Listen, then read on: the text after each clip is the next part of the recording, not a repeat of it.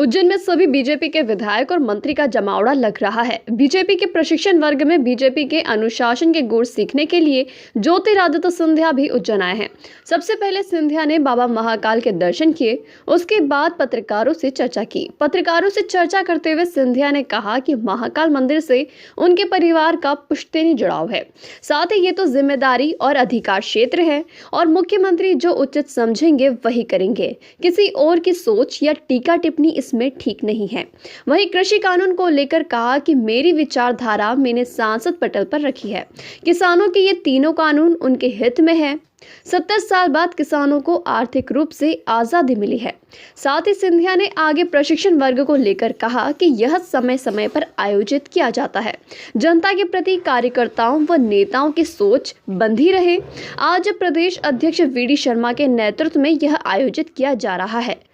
दरअसल इस 2 दिवसीय प्रशिक्षण वर्ग में सिंधिया भी उज्जैन में ही रहेंगे। क्या कुछ कहेंगे इस बारे ये तो जिम्मेदारी और अधिकार क्षेत्र है मुख्यमंत्री जी का, और मुख्यमंत्री जो उचित समझे वही मुख्यमंत्री जी करेंगे। इस पे किसी और की सोच या विचारधारा या टीका टिप्पणी इसमें उचित नहीं है।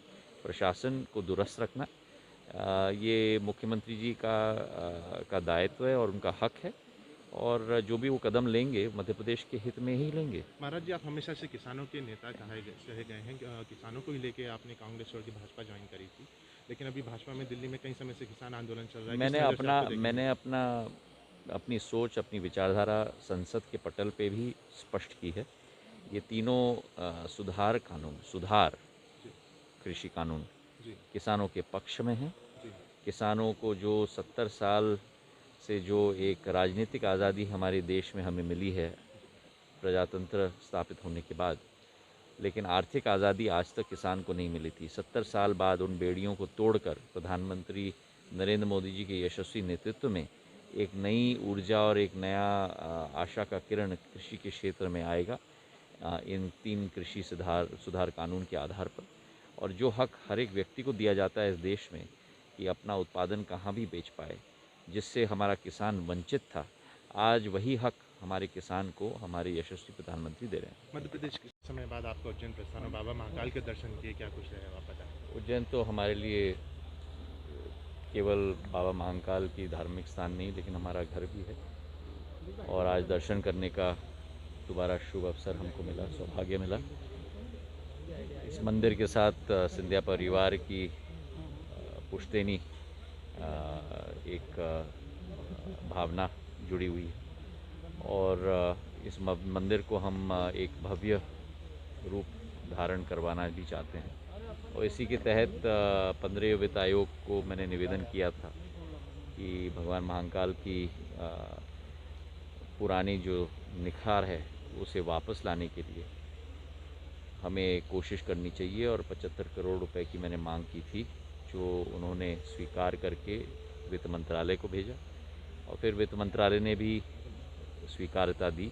मैं धन्यवाद अर्पित करना चाहता हूं प्रधानमंत्री नरेंद्र मोदी जी को, वित्त मंत्री निर्मला सीतारमण जी को, और 15वें वित्त आयोग के पूर्व अध्यक्ष श्री NK सिंह जी को, कि तीनों ने इसे स्वीकृति प्रदान की है जो मैंने निवेदन उनको किया था, और इससे एक भव्य रूप हमारा मंदिर धारण कर पाएगा, यही मेरी एक आशा है। प्राचीनता ज़्यादा होनी चाहिए हमारे मंदिर में, जैसे उदाहरण के तौर पे ये फुहारे भी लगे हैं, तो एक प्राचीन रुख होने चाहिए इन फुहारों की। अंदर मैं देख रहा था गर्भगृह में भी सफाई की सख्त ज़रूरत है, जो वहाँ चांदी लगी है मेरे पूर्वजों के द्वारा, उसकी सफाई की भी बहुत ज़रूरत है। तो इन सब चीज़ों को, जो पुराना हमारा ये काला पत्थर है, इसका पॉलिश का निखार निकलना चाहिए। तो इन सब चीज़ों को उस योजना में हम लोग सम्मिलित करेंगे, और हमारे मंदिर को एक भव्य रूप हम लोग प्रदान करने की कोशिश करेंगे। भारतीय जनता पार्टी के 2 दिवसीय प्रशिक्षण शिविर में आप शामिल हैं। प्रशिक्षण है विधायकों का।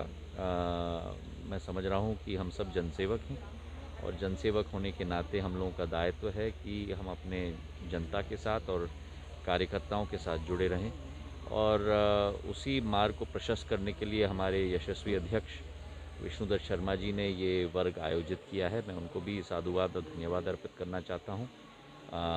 वे लगातार अध्यक्ष ग्रहण करने के बाद इसी राह पर चल रहे हैं कि किस तरीके से हम पार्टी को मजबूत करें।